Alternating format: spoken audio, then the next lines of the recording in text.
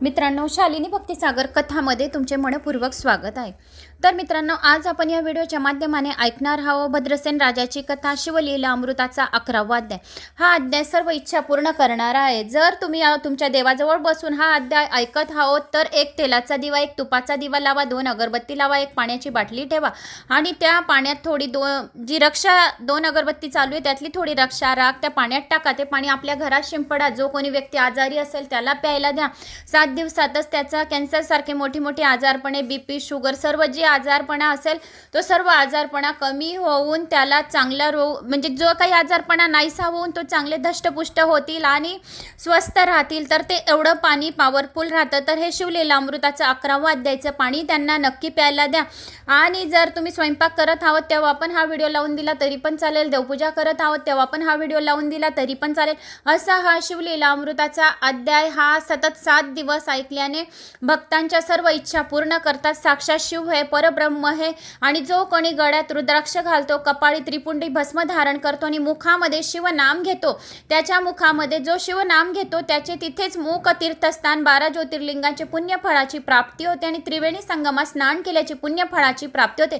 गंगा, यमुना, सरस्वती या तिघी त्रिवेणी संगमात स्नान केल्याचे पुण्यफळाची प्राप्ती होते। म्हणून गळ्यात रुद्राक्ष सर्वांनी धारण करावा असे शिवपुराणामध्ये सांगितलेले आहे। तर आणि बेलाच्या वृक्षाखाली जो कोणी पाणी टाकतो आणि ते पाणी आपल्या डोक्यावर सिंचन केलं, लावलं, कपाळी लावलं तरी पण त्याला 12 ज्योतिर्लिंग तीर्थाचे पुण्यफळाची प्राप्ती होते। बेलाच्या झाडाखाली ब्राह्मणाला खिरीचे दान जर दिले तर यक्ष जे अश्वयज्ञ आहे त्याची पुण्यफळाची प्राप्ती होते। रुद्र अभिषेकाचे 1000 रुद्र अभिषेकाचे केल्याचे पुण्यफळ आपल्याला मिळते। आणि बेलाच्या झाडाखाली लांब वातीचा जर दिवा लावला तर आपल्याला लक्ष्मीची प्राप्ती होते। ज्याच्यावर खूप काही मोठे कर्ज आहे, ज्याचे लग्न जुळत नाहीये, काही कामात यश कीर्ती म्हणजे येत नाहीये, तर तुम्ही बेलाच्या झाडाखाली रोज दिवा लावा। तिथे बेलाच्या झाडाखाली महालक्ष्मी 24 तास विराजमान राहते। आणि वडाच्या झाडाखाली जर कर्ज झालंय, कर्ज तुमचं संपतच नाहीये, कर्जच फिटत नाहीये, तिथे बडकेश्वर या महादेवाच्या नावाने दिवा लावा तर तुमचे हळूहळू कर्ज सुद्धा दूर होईल आणि अखंड सौभाग्याची पण प्राप्ती होईल। असा हा अध्याय आहे। याच्याने दीर्घ आयुष्य मिळते। ज्याचा मृत्यूकाल जवळ आलेला आहे, जो खूप आजारी आहे, तर त्याचे हे कसे पण असो संकट ते दूरच राहते। तुम्ही हा अध्याय संपूर्णपणे ऐका आणि मग मला सांगा। एक वेश्या महानंदा, एक वेश्याची कथा आणि कुकुट आणि मरकट, एक कोंबडा आणि माकडची कथा आहे। तर मागच्या जन्मी त्यांनी शिवपूजन केले होते, त्यांना आता उत्तम प्रजा राजाचा जन्म मिळाला आहे। म्हणून ही कथा तुम्ही शेवटपर्यंत ऐका, खूप छान आहे, तुम्हाला ऐकायला पण चांगलं वाटेल। 7 वर्षाच्या मुलाची कथा आहे। त्याचा मृत्यूकाल जवळ आलेला होता पण त्याने हा अध्याय फक्त ऐकला तर त्याचे मृत्यूकाल सुद्धा दूर झाले। म्हणून हा अध्याय सर्वांनी ऐकण्याचे करावे। श्री गणेशाय नमो नमः। कोणी चॅनलला नवीन आलं असेल लाल बटनवर सबस्क्राईब करा, ऑलवर क्लिक करा, जास्तीत जास्त जणांना शेअर करा। कुठून कोणत्या गावाहून माझा हा व्हिडिओ ऐकत आहोत आपल्या गावाची कमेंट्स करा। आणि हा मित्रांनो शालिनी भक्तिसागर, हे शालिनी भक्तिसागर चॅनल पण माझंच आहे। ते चॅनल तुम्ही सर्च करा आणि शिव महापुराण कथा अगदी स्पष्ट भाषेत मराठीमध्ये चालू आहे। आता तिथे 8 अध्याय झाले आहेत, 8वा भाग आहे। तर पहिल्यापासून संपूर्ण व्हिडिओ तुम्हाला शिव महापुराण कथाचे अगदी छान आणि तुम्हाला समजमध्ये येईल आणि खूप काही उपाय आणि काय काय सांगितलेले आहे। 24,000 मंत्रांचा शिव महापुराण शालिनी भक्तिसागरवर चालू आहे। तर असं बोला स्पीकरवर जाऊन, शालिनी भक्तिसागर शिव महापुराण संपूर्ण व्हिडिओ तुमच्या सोबत येऊन जातील। शालिनी भक्तिसागरवर शिव महापुराण हिंदी, विष्णू पुराण हिंदी, देवी भागवत पुराण मराठी आणि पवित्र गणेश पुराण मराठी आणि आता मराठीत येतं शिव महापुराण चालू आहे। तर आणि शिवलीला अमृताचे 1 ते 15 अध्याय तिकडे भेटून जातील, 1 ते 51 अध्याय स्वामी समर्थाचे भेटून जातील। तर तुम्ही तिकडे जाऊन शालिनी भक्तिसागर चॅनलला सबस्क्राईब करा, म्हणजे तुम्हाला तिथे 18 पुराणांचं सर्व ज्ञान तुम्हाला तिथं मिळेल। आता हे 6वं पुराण तिथं चालू आहे, तर अजून 12 पुराणं शालिनी भक्तिसागरवर येणार आहेत, तर ते चॅनलला सबस्क्राईब करा। श्री गणेशाय नमो नमः। भद्रसेन राजाची कथा शिवलीला अमृताचा 11वा अध्याय। ओम नमः शिवाय अशी प्रार्थना करून शिवलीलाचे अमृत प्राशन करताना सर्वच भक्तांना अतिशय आनंद प्राप्त होत असतो। म्हणून जे नर शिवपूजनामध्ये दंग होऊन राहत असतात ते नर श्रेष्ठ होत असतात। आणि शिवपूजनामध्ये रुद्राक्षांचे वेगळे असे महत्त्व आहे, कारण जो कोणी 1000 रुद्राक्ष शरीरावर धारण करतो तो स्वतः शंकर रूप होत असतो। त्याच्या केवळ दर्शनाने अनेक जण तरतात। 16 रुद्राक्ष नेहमी हातात बांधावे, 1 रुद्राक्ष जटेत बांधावा, त्यावरून रोज स्नान करावे, म्हणजे त्या व्यक्तीला त्रिवेणी संगमात स्नान केल्याचे पुण्य मिळते। 12 रुद्राक्ष आपल्या हाताच्या मनगटात बांधावे, गळ्यात 32 रुद्राक्ष बांधावे, जटेभोवती 24, 6 रुद्राक्ष कानात बांधावे, म्हणजे तो नर संपूर्ण निर्दोष होत असतो. 108 रुद्राक्षांची माळ नेहमी गळ्यात घालावी. एकमुखी रुद्राक्षांची मनोभावे नित्य पूजा करणारा अतिशय भाग्यवंत होतो. पंचमुखी, 6मुखी, 8मुखी, 14मुखी असलेला रुद्राक्ष लक्ष्मी देणारा असतो. रुद्राक्ष मनाने रोजच्या रोज जप केलेला प्रत्येक मंत्र यशस्वी होतो. अशा भगवान शंकराच्या आवडत्या रुद्राक्षांचा महिमा फार मोठा आहे. सुंदर, पतिव्रता, गोड बोलणारी स्त्री जर पूर्वजन्मीची पुण्य संचय असेल तरच एखाद्या व्यक्तीला पत्नी म्हणून लाभते. श्रीमंत, विद्वान आणि गुणी मुलगा पूर्वजन्मीची पुण्य संचय असेल तरच प्राप्त होत असत. तसे सर्वज्ञानी, कृपावंत, तपाचरणी आणि शिवभक्त असा गुरु, हुशार, अढळ, निष्ठा व श्रद्धा ठेवणार, उदार असं शिष्य, समाशील असणारा पुढारी सारे नेहमी पूर्वपुण्यानेच लाभत असतात. सांगणाराकडे पूर्ण लक्ष देऊन ऐकणारा श्रोता, उदार असा यजमान, कुलीन, श्रेष्ठ घराण्यात जन्म, सुंदर, सुडोल आणि आरोग्य शरीर संपन्न हे पूर्वपुण्यानेच प्राप्त होत असते. फार वर्षापूर्वी काश्मीरमध्ये भद्रसेन नावाचा एक राजा राज्य करीत होता. त्याच्या दरबारामध्ये एक अतिशय हुशार व चतुर प्रधान होता. राजा व प्रधान दोघे अतिशय सद्गुणी होते. दोघांची भगवान शंकरावर अतिशय भक्ती होती, श्रद्धा होती. भद्रसेन राजाला आणि प्रधानाला शंकराची आराधना केल्यानंतरच पुत्र झाले. राजपुत्राचे नाव होते सुधर्म आणि प्रधान पुत्राचे नाव होते तारा. दोघेही बालपणापासून आपल्या वडिलांप्रमाणे शिवभक्त होते, त्यामुळे ते एकमेकांचे मित्र बनले. लहानपणापासून त्यांची वैराग्यवृत्ती दिसून येत होती. दोघे कुमार 5 वर्षांचे. त्यांच्या माता आणि दासी त्यांना उत्तम वस्त्रे स्वतंत्रचे अलंकार घालीत अत्तरे लावित असत, पण दोन्ही कुमार ते सर्व काढून फेकून देत असत. आपल्या सर्व अंगाला भस्मपासून रुद्राक्षांच्या माळा गळ्यात घालीत असत. एका बाजूला एकांतात एकटे बसून शिवस्मरण करणे त्यांना फार आवडत असे. प्रधान आणि राजा दोघे आपल्या मुलांचे असे वागणे पाहून फार आश्चर्यचकित होते. त्यांना वस्त्रे आभूरणे का आवडत नाही, त्यांना काही केल्या समजेना. त्यांच्या अंगाचे भस्म पुसून त्यांना चांगली वस्त्रे बळबळीत नेसवली, अनेक उत्तम दागदागिने घातले, तर हे कुमार सर्व आपल्या अंगावरून उतरून ब्राह्मणांना दान करून टाकीत असे. राजाने दोघांना शिक्षा करून पाहिले, मारून पाहिले, दोघांना एकमेकांपासून दूर ठेवले. दोघे आपल्यावर सोडित नसत, शिवस्मरण सतत चालू ठेवीत असत. राजा आणि प्रधान दोघी अतिशय चिंतातूर झाले होते. एके दिवशी पराशर ऋषी आपल्या सर्व गोत्रवळासह काश्मीरला आले. पराशर ऋषी गाण्याचे खूप श्रेष्ठ होते, त्रिकालज्ञानी असे होते. श्रेष्ठ अशा वशिष्ठ मुनींचे नातू होते. त्यांच्या काळात यज्ञ कार्यात राक्षस अडथळे आणि त्यांनी राक्षस शस्त्र केले होते. पूर्वी ज्याप्रमाणे माणसे सर्वत्र वावरतात त्याप्रमाणे सगळीकडे मोठ्या प्रमाणात राक्षस वावरत होते. त्यांच्या सानिध्यात आलेल्या सर्व प्राणी मात्रांना त्रास देत होते. म्हणून यज्ञ करून पराशर ऋषीने सर्व राक्षसाचा नाश केला. जन्मजय राजाने सर्पयज्ञ चालवत असताना ज्याप्रमाणे अस्तिक ऋषींमध्ये पडून तो थांबवला आणि सर्प कुळाचा नाश होऊ दिला नाही, त्याप्रमाणे पुलिस मुनी पराशर ऋषींच्या राक्षस शस्त्राच्या मध्ये पडले. म्हणून पराशर ऋषींचा राक्षस यज्ञ थांबला. त्यामुळे रावण, कुंभकर्ण वगैरे सारेच राक्षस वाचले. ब्रह्मदेवा राग करून जेव्हा विश्वामित्रांनी आपली प्रतिसृष्टी निर्माण केली होती तेव्हा पराशर ऋषींनी त्या बलाढ्य पतिव्रतेला अतिशय जर्जर केले होते. असे श्रेष्ठ ऋषी आता भद्रसेनाच्या राज्यात आले. पराशर ऋषींच्या नातू शब योगेंद्री भद्रसेन राजा कुलगुरू ऋषी आपल्या नगरात आल्याची बातमी करतात. राजा व प्रधान धावत त्यांना सामोरे गेले. ऋषींची आता सांग पूजा करून सर्वांना वस्त्रंकार देऊन मोठ्या मानाने आपल्या घरात आणले. नंतर राजाने पराशर ऋषींना नमस्कार केला व म्हटले, मुनिराज, आमचे दोन्ही पुत्र या वयात एकदम विरसक्त आहेत. त्यांना चांगले अलंकार का आवडते? रुद्राक्षांनी भस्मले पण मात्र अतिशय आवडते. दोघे नेहमी एकांतात बसतात, दांडगाई अजिबात करीत नाही. राजविलास दोघांनाही आवडत नाही. अशा हत्तीच्या सजवलेल्या सुंदर अशा अंबारी तळटीत बसायला आवडत नाही. अशा तऱ्हेने वीर सक्तीने शिवभक्ती केली तर मग आमच्या नंतर पुढे राज्य कसे करतील याची आम्हाला फार काळजी पडली. तेवढ्यात राजा आणि प्रधानांचे ते दोन्ही कुमार तेथे आले. पराशर गुरूंनी त्यांच्याकडे टक लावून पाहिले. तळपडणाऱ्या चंद्रसूर्याप्रमाणे दोघे खूप तेजस्वी दिसत होते. पराशर ऋषींनी दोघांना आपल्या जवळ घेतले. तर राजाला म्हणाले, दोघे असे वीरसक्त आणि शिवभक्त काय तुला सांगतो ते.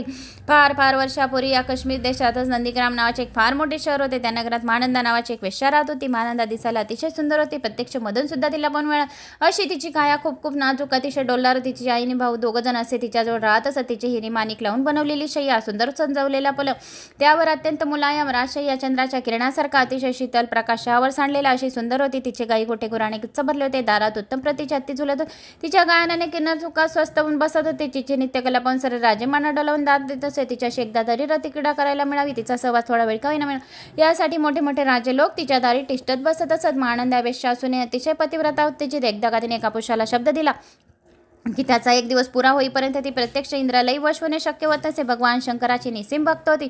तिचा स्वभाव अतिशय दानशूर आणि खूप उदार असा. सोमवार, प्रदोष, शिवरात्री व्रते ती नियमितपणापासून करीत असे.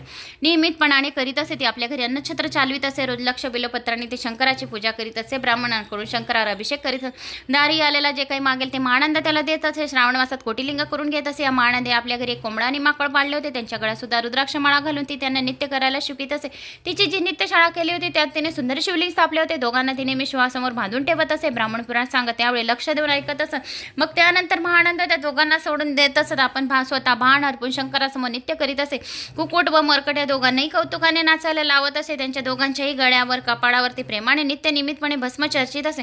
याप्रमाणे महानंदी बरोबर या दोन्ही प्राण्यांनाही आपोआप शुभजन घडत होते. एक दिवस सदाशिव स्वतः महानंदीचे सत्व बघण्यासाठी तिच्या पतिव्रतेची परीक्षा घेण्यासाठी नंदीगाम गावी आले. यासाठी त्यांनी रूप बदलले आणि सौदागराचा वेश धारण करून शंकर महानंदीच्या घरी.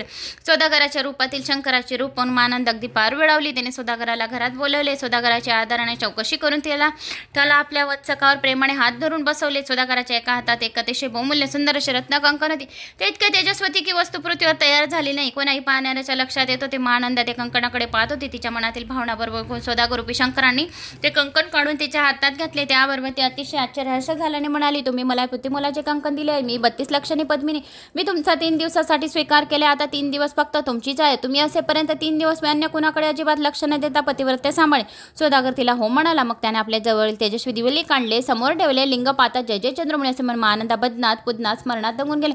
या लिंगावरून कोटी कंकणे ओळून टाकत असे तिला वाटले. सौदागर तिला म्हणाला, महानंदा लिंग म्हणजे माझा प्राण आहे. तेव्हा तू अतिशय नीट जपून सांभाळले पाहिजे. जर हे भगले किंवा जळाले तर मी अग्नीमध्ये प्रवेश करेन. तेव्हा तू हे अतिशय नीट जपून ठेव.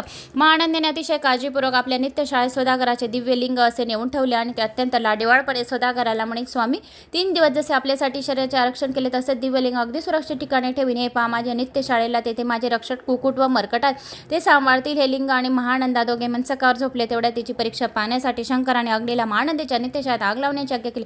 नित्यशाळेला आग लागली. सगळीकडे आग आग आरडाओरडा सुरू झाली. धावपळ सुरू झाली. शेजारचे लोक धावत नित्यशाळेपाशी येऊ लागले. सौदागराने अत्यंत सुखात गाळा झोपलेला महानंदेला हलवून उठवले. सांगितले, महानंदा जागी हो. आपल्या घरात कुठेतरी आग लागली. महानंदा जागी झाली. पाहते तर काय आपल्या घरातूनच आगीच्या ज्वाळा निघत आहे. तिने पाहिले आपल्या नित्यशाळेलाच आग लागली. हे तिच्या लक्षात आले. तशा आगीत तिने नित्यशाळेच्या शिल्ली कोंबड्याने माकड्यांचे डोळे सोडले. पटकन ती रानात पळून गेली. अग्नीने सर्व नित्यशाळा पूर्णपणे जाळून टाकली. मगच तो शांत झाला. सौदागराने महानंदाला विचारले, महानंदे माझे दिव्यलिंग सुरक्षित ठिकाणी ठेवले आहेस ना? तू ते मी सांगितल्याप्रमाणे व्यवस्थित ठेवले आहेस ना? हा प्रश्न ऐकताच महानंदा अतिशय घाबरली. तिने आता सौदागराचे दिव्यलिंग नित्यशाळेतच ठेवले. तिला आता चांगलेच आठवले. ती एकदम शोक करू लागली. सौदागराचे दिव्यलिंग आता आपण नित्यशाळेतच ठेवले होते आणि ती आता एकदम शोक करू लागली. सौदागर म्हणाला, आज दुसरा दिवस आहे. माझे आत्मलिंग जाऊन भस्म झाले आणि मी तुला आधीच सांगितले होते की जर या लिंगाला काही झाले तरी मी अग्नीमध्ये प्रवेश करीन. आता तुझ्या चुकीकरता मी प्राण देतो असे म्हणून त्याने गावाबाहेर मोठी चिता पेटवली. धडधड पेटलेल्या अग्नीला प्रदक्षिणा घातल्या. ओम नमः शिवाय असे म्हणून सौदागरूपी शंकरांनी अग्नीत उडी टाकली. महानंद अतिशय व्यतीत अंतकरणाने सर्व पाहत होती. सौदागराने अग्नीत उडी टाकल्यावर तिने मनात निश्चय केला की मी 3 दिवसासाठी या सौदागराला स्वीकारले होते. म्हणजे 3 दिवसासाठी मी त्याची पत्नीच होती. तेव्हा पती निधनानंतर पत्नीने सगमन करावे हा शास्त्रार्थ असा विचार करून मग गावातील ब्राह्मणांना आपली सरसंपत्ती दान केली. अश्वशाळा, हत्ती, घर इत्यादी सगळ्यांचे दान केले. मग स्नान करून महानंदेने आपल्या सरांगावर भस्म लावले. रुद्राक्षाच्या माळा गळ्यात घातल्या. हर साम सदाशिव साम या नावाचे ध्यान करत तिने ही अग्नीत उडी टाकली. अशा रीतीने महानंदा सौदागरवर सती केली. त्याबरोबर इतका वेळ धडणारा अग्नी एकदम शांत झाला आणि क्षितिजावर एखादा सूर्य उगवा तसे भगवान शंकर त्या अग्नीमधून प्रकट झाले. मस्तकावर धारण केलेला जटाचा भार, कपाळावरचा तिसरा नेत्र लाल लालून चमकणारा, माथ्यावर धारण केलेला अतिशय शीतल असे गंगेचे जुजूर वाहणारे पाणी, मस्तकावर विलसणारी शांतपणे प्रकाशणारी चंद्राची कोणी, नीळकंठ हातात नेहमीचा त्रिशूळ, सर्वांगावर भस्माचे लेपन, वाघाचे कातळे नेसून हत्तीचे कातळे आपल्या अंगावर पांघरून घेतले म्हणून गळ्यात असंख्य नरमुंड्याचे हार घातले. सर्व अंगावर साप खेळवणारे अतिशय तेजस्वी शंकर अग्नीतून बाहेर आले आणि आपल्या 10 हातांनी त्यांनी अग्नीमध्ये उडी टाकलेल्या महानंदेला चेंडूप्रमाणे अगदी वरच्या वजले. भगवान शंकर महानंदेला म्हणाले, महानंदा सौदागराच्या रूपाने मीच तुझी परीक्षा घेतली. तू त्यात पूर्ण खरी उतरलीस. तुझी पतिव्रती आणि तुझी माझ्यावरची भक्ती यावर मी खूप प्रसन्न झालोय. तेव्हा हवे तेवर माग. तेव्हा महानंदा म्हणाली, महादेवा या सर्व नंदीगाम नगराचा आपण उद्धार करावा आणि मला आपल्या पायाजवळ कायमचे स्थान द्या. शंकरांनी तिला तथास्तु म्हटले. तिला शिवलोके नेण्यासाठी आपल्या शिवगणाने युक्त असे दिव्य विमान त्याच ठिकाणी बोलावून घेतले. मग नगरातील सर्व प्राणी मात्रांचा आई आणि भाऊ यांना बरोबर घेऊन महानंदा विमानात बसली. अशा तऱ्हेने नंदीगाम गावातील सर्वांना शिवचरणाची प्राप्ती महानंदेमुळे झाली.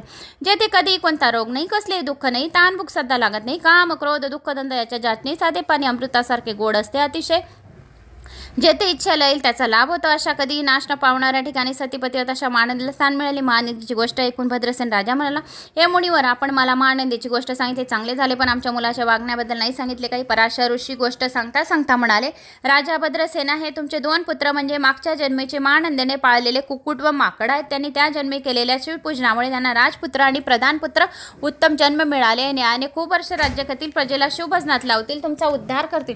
या ऐकल्यावर राजा व प्रधान दोघी पराशर पराशर ऋषींना भक्तिपूर्वक साष्टांग नमस्कार घालून म्हणाले, गुरुदेव आम्ही धन्य झालो आहोत, अशा सुपुत्राचे आम्ही जनक आहोत. आता याचा आम्हाला खरोखर अभिमान वाटतो. आपण त्याच्या मागील जन्माची कथा आम्हाला ऐकवलीत, पण त्यांचा भविष्यकाळ काय आहे, पुढे किती वर्ष राज्य करतील, त्यांचे भविष्य काय, हे किती वर्ष आयुष्य आहे हे कृपा करून आम्हाला सांगावे. आम्हाला एकुलते एक पुत्र असल्याने सगळा जीव यांच्यातच गुंतलेला राहतो.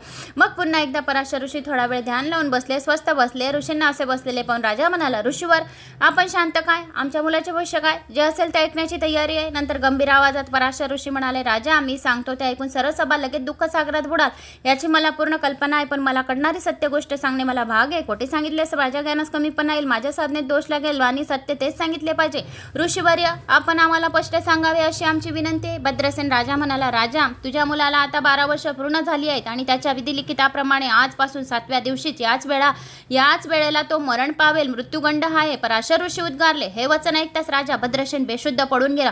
आपल्या मुलाचे असे मरण पावेल असं ऐकून जो पिता ऐकेल तो बेशुद्धच पडेल, म्हणून भद्रसेन राजा बेशुद्ध पडला. सर्वांची अंतकरणे शोकाने अतिशय विदीर्ण झाली. अंतपुराणात राणी वशात तर आकाशाला फाडून टाकेल. राणी बी आक्रोश करू लागली. त्या मुलाची आई जोरजोराने रडू लागली की माझ्या मुलाचे मरण आजपासून 7व्या दिवशीच आहे, म्हणून ती राणी सुद्धा जोरजोराने रडू लागली.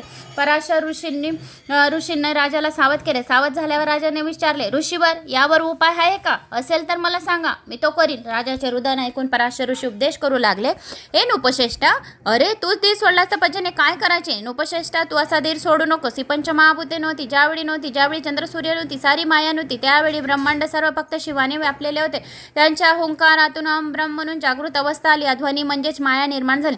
तसेच या विश्वास आपणास दिसणारे त्रिविध अंक शिवाच्या इच्छेने निर्माण झाले. त्याने आपल्या सतशाने विष्णू, राजाशाने ब्रह्मदेव, तमाशाने रुद्र निर्माण केला. नंतर त्याने ब्रह्मदेवाला सृष्टी निर्माण करायला सांगितले. तेव्हा ब्रह्मदेव म्हणाले, मला त्याचे काही ज्ञान नाही, मी अज्ञानी आहे, म्हणून आपण मला उपदेश करून त्या संबंधीचे ज्ञान द्यावे. मग शंकरांनी त्यांना 4 वेदांचा उपदेश केला आणि 4 वेदांचे सार म्हणजे हा शिवलीला अमृताचा 11वा अध्याय रुद्र अध्याय आहे असे सांगितले. या अध्यायात स्वयं शिव आहे, प्रत्यक्ष मीच आहे. मी सांगितलेल्या ज्ञानाहून अगदी श्रेष्ठ ज्ञान आहे. दुसरीकडे हा अध्याय कुठेही नाही. हा रुद्र अध्याय आहे, प्रत्यक्ष मीच आहे, साक्षात हर साम सदा शिवच आहे असे स्वतः शिवशंकराने, महेशाने, महादेवाने सांगितले आहे. जो कोणी हा रुद्र अध्याय मनापासून अत्यंत भक्तिभावाने वाचतात किंवा ऐकतात त्याच्या दर्शन घेतल्याने इतर व्यक्ती सुद्धा उद्धारून जातात. मग ब्रह्मदेवांनी प्रत्यक्ष शंकराकडून घेतलेल्या आपल्या 7 मानसू पुत्रांना हा रुद्र सांगितला. तेथून अत्यंत तपस्वी ज्ञानी श्रेष्ठ ऋषींच्या मुखातून हा पृथ्वी तलावावर आलेला आहे. जो या अध्यायाचे अत्यंत मनापासून पारायण करतो त्यांच्या दर्शनाने तीर्थसुद्धा अधिक पावन होतात. स्वर्गातले देवाशा व्यक्तींचे दर्शन घ्यायला अत्यंत आतुर होता. असा रुद्रमहिमा हा रुद्रमहिमा ज्यावेळी फार वाढला होता त्या यमपुरीमध्ये फार सोच पडली होती. यमदूतांना पृथ्वीवर काही काम उरले नाही. अशा तऱ्हेने यमपुरी सोच झाली तर स्वर्गाचे काही खरे नाही, कारण येथे भयंकर गर्दी होईल. त्यामधून देवतांनी आव्हान निर्माण होऊ शकेल, म्हणून पृथ्वीवर स्थिती तशीच राहण्यासाठी मग यमाने अभक्तीला नास्तिकतेला पृथ्वीवर पाठवले. तिच्या सांगण्यावरून या अध्यायावर येथील कुतुकवादी वाद घालू लागले. अभक्तीने नास्तिकतेने लोकांच्या मनातील मत्सर वाढला. त्यामुळे काही लोक शिवाचा द्वेष करू लागले, अति महानरकात जाऊन पडले. यमाने सेवकांना सांगितले, जो कोणी शंकराचा थोडा सुद्धा द्वेष करत असेल त्यांचे आयुष्य कमी करा आणि त्यांना सारखा खूप त्रास द्या, नरकामध्ये टाका. जे कोणी शिव मोठा, विष्णू लहान, विष्णू मोठा, शंकर लहान, शंकर भेदाभेद करत असतील मागे पुढे न पाहता त्यांना पण खुशाल नरकात घाला. ज्यांना रुद्र अध्याय अजिबात आवडत नाही त्यांना खुशाल कुंभी पाकात फेका आणि या रुद्र अध्यायाची मनापासून भक्तिभावाने पारायण करणाऱ्याचे आणि वाचन करणाऱ्याचे आणि ऐकणाऱ्याचे आयुष्य वाढवा. म्हणून हे राजा आता नियमितपणाने तू रुद्राची पारायण कर. शिवावर अभिषेकाची सतत धार धर, म्हणजे तुझे येणारे संकट एकदम टळेल. आपल्या इथं शतगटाची स्थापना कर. दिव्य वृक्षाची पाणी आणून घटातील सर्व पाणी मंत्राने पवित्र कर. त्या पाण्याने तुझ्या पुत्राला स्नान घाल. रोज रुद्र अध्यायाची 10,000 आवर्तने कर. याप्रमाणे सतत 7 दिवस आवर्तने कर. जो कोणी सतत 7 दिवस पारायण करतो तो आजारी व्यक्ती सुद्धा तो आजारपणा नाहीसा होऊन एकदम टवटवीत आणि टकटकीत होतो असे हा अध्यायात स्वतः शिवाने सांगितलेले आहे. साक्षात शिव या अध्यायात अवतरलेले आहे. म्हणून जो कोणी या अध्यायाचे सतत 7 दिवस पारायण करतो त्याचे दीर्घ आयुष्य होतं. जो कोणी ऐकतो, कोणाला सांगतो त्याचे सुद्धा दीर्घ आयुष्य होते. म्हणून तुझे संकट एकदम टळेल. तू सतत 7 दिवस ऐक, म्हणजे तुझे संकट एकदम टळेल. भद्रसेन राजाने अत्यंत नम्रतेने पराशर ऋषींचे पाय धरले आणि म्हणाले, मुनिराज आपण ऋषीश्रेष्ठ आहात. काळ, मृत्यू, भय आणि शोक यापासून तुमच्यासारख्या गुरुशिवाय माझे कोण रक्षण करणार. तुम्हीच मला संकट निवारण्यासंबंधी मार्ग मार्गदर्शन केले पाहिजे तेव्हा मी ताबडतोब करतो, पण आपण आचार्य होऊन माझा हा अभिषेक व 10,000 आवर्तने करावी ही प्रार्थना आहे. तेव्हा तुम्हीच मुख्य आचार्य होऊन काम करावे. तुमच्याबरोबर ऋषीमुनी आहेत, सांगाल तेवढे आणखी बोलावून आणतो. आपण लगेचच प्रारंभ करावा. मग राजा भद्रसेनाने 1000 ब्राह्मणांना बोलवले. सर्व ब्राह्मण उत्तम प्रकारचे शिवभक्त होते, विद्वान होते, सदाचारी होते. परधन परस्त्री यांच्याविषयी त्यांच्या मनात मुळीच आसक्ती नव्हती. पापाचा पैसा मिळवणारे मुळीच नव्हते. आकाशातून भरगाव वेगाने जाणारा सूर्याचा रथ सुद्धा शाप देऊन थांबवू शकतील असे तप सामर्थ्य प्रत्यक्ष या ऋषीमध्ये होते. ज्ञानाला प्रत्यक्ष शंकराला कैलासावर खेचून आणतील असा त्यांचा प्रभाव होता. असे 1000 ब्राह्मण आल्यानंतर 1000 घटांची पराशर मुनींनी तेथे स्थापना केली. तीर्थक्षेत्राचे अत्यंत पवित्र नद्याचे पाणी त्यात भरून ठेवले. शुभ अशी आंब्याची ताजी पाणी प्रत्येक घटामध्ये घातली. सर्व तयारी पूर्ण होताच रुद्रघोष सुरू झाला. शिवनामाचा गजर सारखा रात्रंदिवस 7 दिवस चालू होता. अशा तऱ्हेने पूर्ण झाल्यावर 7व्या दिवशी पूर्वी वर्तवलेल्या भविष्याप्रमाणे यमराज बाळ सुधर्माचे प्राण घेण्यासाठी भद्रसेन राजाच्या घरी आले. मृत्यू वेळ आली. सुधर्म बेशुद्ध होऊन पडला. हृदयाचे स्पंदन थांबले. एक घटका संपली. राजा भद्रसेन पुत्राची अवस्था पाहून मनात अतिशय व्याकुळ झाला. नंतर पराशर ऋषींनी स्थापन केलेल्या पवित्र घटातले रुद्रदक बाळाच्या अंगावर शिंपले. त्याबरोबर बाळ हळूहळू शुद्धीवर आले. त्याने आपले डोळे उघडून पाहिले. अतिशय आनंदामुळे भद्रसेनाच्या डोळ्यातून आनंदाश्रू गळू लागले. सुधर्म उठून बसला. तेव्हा पराशर मुनीने राजाला म्हणाले, आपण जिंकलो. बाळाची मृत्यूवेळ टळून गेली. पहा तो उठून बसला. मग त्यांनी सुधर्माला विचारले, काय घडले बाळा? तुला आठवतं का? तू बेशुद्ध का झाला होता? तुला काही आठवतं का? सुधर्माला पराशर ऋषींनी विचारले, तुला काही आठवतं का? तू बेशुद्ध का झाला होता? हो, चांगले आठवतं आहे. नवे ते दृश्य अजून सुद्धा माझ्या डोळ्यापुढे फिरत आहे आणि दिसत आहे. एक भयंकर पुरुष होता. माझ्या जवळ आला. त्याचे लांब लांब सुळे तोंडाबाहेर आले होते. त्याचे डोळे अग्नीसारखे लाल होते. जटा वर बांधल्या होत्या. कपाळाला शेंदूर फासला होता. तो माझ्या अगदी जवळ आला. माझ्या हाताच्या दंडाला धरले. असा हा भयंकर पुरुष मला धरून नेत होता. तेवढ्या 4 अत्यंत तेजस्वी पुरुष तेथे धावत आले. त्यांनी बाघांबर नेसलेले होते. अंगाला भस्म फासले होते. त्यांच्या हातात लखलखीत शस्त्रे होती. त्यांनी मला त्या भयंकर पुरुषापासून सोडवले आणि त्या भयंकर पुरुषाला पकडून मारत मारत घेऊन गेले. सुधर्म राजपुत्राने सांगितलेले शंकराचे रुद्र महात्म्याची प्रचिती सर्वांनी पाहिली. त्याबरोबर राजा भद्रसेनासह सर्वांनी शंकराचा जय जयकार केला आणि सर्व ब्राह्मणांना लोटांगण घातले. स्वर्गातून देवांनी दृश्य पाहून सर्वांना पुष्टवृत्ती केली. मंगलवाद्य वाजू लागली. नंतर भद्रसेनाने पुन्हा एक होम केला. अतिशय आनंदाने अनेक उत्तम ते वस्तू ब्राह्मणांना अर्पण केला. सर्वांना उत्तम पंचपक्वानांचे जेवण घातले. भांडार उघडून मनसोक्त दान देऊन आलेले सर्व याचक तृप्त केले. त्याच वेळी दुधात साखर पडावी आणि सोन्याला सुगंध यावा. त्याप्रमाणे आणखी एक फार मोठा सुयोग आला. देवर्षी नारद त्यावेळी अचानक होऊन मंडपात अवतरले. त्यांना तेथे आलेले बघताच कुंडातून प्रत्यक्ष अगदी त्यांच्या दर्शनासाठी बाहेर आला. पराशर ऋषी, भद्रसेन राजा यांच्यासह नारद मुनींनी अत्यंत आदराने नमस्कार केला. राजाने व सर्व नारद मुनींनी षोडोपचारे पूजा केली. नारद मुनी म्हणाले, मी स्वर्गातून पृथ्वीवर येता येता वाटेमध्ये शंकराचे 4 दूत पाहिले. मृत्यूला ते आपल्याबरोबर बांधून नेत होते. मी चौकशी केली तेव्हा मला समजले की राजा, तुझ्या पुत्राचे मरण चुकले आहे. ते मृत्यूला तुझ्या पुत्राचाच मृत्यू बांधून नेत होते. रुद्रानुष्ठान करून तू फार धन्य झालायस. तुझ्या पुत्राच्या रक्षणासाठी शिवाने वीरभद्राला पाठवले. माझ्या देखतच त्याने स्वतःच मृत्यूला विचारले, कोणाच्या आज्ञेने तू भद्रसेन राजाच्या मुलाचे प्राण आणलेस? त्याला तर आणखी 10,000 वर्षाचे आयुष्य होते. तो सार्वभौम राजा होईल. शिवमहिमा तुला माहीत नाही का? तुझी मर्यादा सोडून असे वागलंस का? तेव्हा मृत्यूने उत्तर दिले, क्षमा करावी मला महाराज, पण मी नेहमीप्रमाणे आपल्याकडे असलेली महाराज भद्रसेनाची पत्रिका वाचून पाहिली होती. त्यामध्ये स्पष्टपणे 12व्या वर्षी त्याला गंडांतर होते. तर माझ्या प्रत्यक्ष पाहण्यात आले, म्हणून माझ्या हातून अपराध झाला. मग त्याच्या हातून घडलेल्या त्या अपराधामुळे अत्यंत कष्टी झालेले यमाने शंकराचे स्तवन केले. न कळत आपल्या हातून अपराध झाला त्याबद्दल क्षमा करावे असे पुन्हा पुन्हा विनवले. नारदाच्या अशा तऱ्हेचे बोलणे ऐकून भद्रसेन राजाने अत्यंत लीनतेने भक्तिभावाने पुन्हा लोटांगण घातले. मुलाच्या मृत्यू टळलेले झालेले अतिशय आनंद पित्त आणखी 1000 रुद्र करून मोठा उत्सव केला. अशा तऱ्हेने 100 रुद्र केले की तो पुरुष शतायुष्य होतो आणि रुद्र महात्म्याचा अध्याय वाचला की तो माणूस शिवरूप होऊन जातो. तो ते जन्म मरण्याच्या फेऱ्यामधून मुक्त होतो. नंतर नारद मुनी गुप्त झाले. भद्रसेन राजाने अपार दक्षिणा देऊन आपल्या गुरुला संतुष्ट केले. नंतरच अत्यंत आदराने त्यांना निरोप दिला. हे आख्यान जे वाचतील त्यांना अतिशय दीर्घायुष्य, उत्तम सद्गुणी संतती लाभेल. ब्राह्मणांना 1000 गायी दान दिल्याचे पुण्यफळाची प्राप्ती होईल. 1000 रुद्र अभिषेकाची प्राप्ती होईल. आणि हा अध्याय वाचला म्हणजे त्या माणसाला 1000 रुद्र अभिषेकाचे पुण्य मिळेल. महापापे त्याची चटकन नाहीशी होतील. हा अध्याय जर दिवसातून 3 वेळा वाचला तर आलेली त्याची मोठी मोठी भयानक मृत्यूगंड आणि संकटे दूर होतील. दिवसातून 3 वेळा वाचावा. या कलयुगात तर शिवकीर्तनाचा महिमा विशेष मोठा आहे. पुढे भद्रसेन राजाने सुधर्मपुत्राला आपले राज्य दिले, तारकाला राज्याचे प्रधानपद दिले आणि प्रधानांचा वान प्रस्ताव स्वीकार करण्यासाठी तप करण्यासाठी वनात निघून गेला. शंकरांनी आपले दिव्य विमान पाठवून त्या दोघांना स्वर्गात नेले. ते दोघे शेवटी विष्णू आणि ब्रह्मदेव यांच्या राज्यात काही दिवस राहिले, राहून शेवटी शिव स्वरूपात विलीन झाले. हा 11वा अध्याय म्हणजे प्रत्यक्ष 11 रुद्र आहेत. हा अध्याय भक्तिभावाने ऐकला म्हणजे 11 रुद्र प्रसन्न होता, मनामध्ये इच्छिलेले फळ प्राप्त होते. मृत्युंजय जप, रुद्रानुष्ठान जे कोणी करतात त्यांना कसल्याही प्रकारची ग्रहपीडा, पिशाचपीडा, रोगपीडा बाधत नाही. जो या अध्यायाला खोटे हाय कुत्सितपणे म्हणेल तो अतिशय अल्पायुष्य होईल. अशा माणसाची संगती कधी धरू नये, त्याला कायमचे वाईट टाकावे. विष खाणाऱ्याच्या पंक्तीला बसून जेवले तर जेवणाऱ्याला मृत्यू येणार, म्हणून असा नास्तिकेची संगत अजिबात धरू नये. सर्व शिवलीला अमृत वाचणे ज्यांना अजिबात शक्य नसेल त्यांनी एक रुद्राचा अध्याय जरी वाचावा. या अध्यायाचे पारायण करणाऱ्याला हजारो रुद्र अभिषेक केल्याचे पुण्य मिळते. त्याच्या घरी नेहमी अतिशय आनंद भरलेला असतो. दीर्घ आयुष्याची प्राप्ती होते, अखंड सौभाग्याची प्राप्ती होते. धन संपदा, सुख, समृद्धी, यश, कीर्ती, विजय जे जिथे जातील तिथे विजय मिळेल.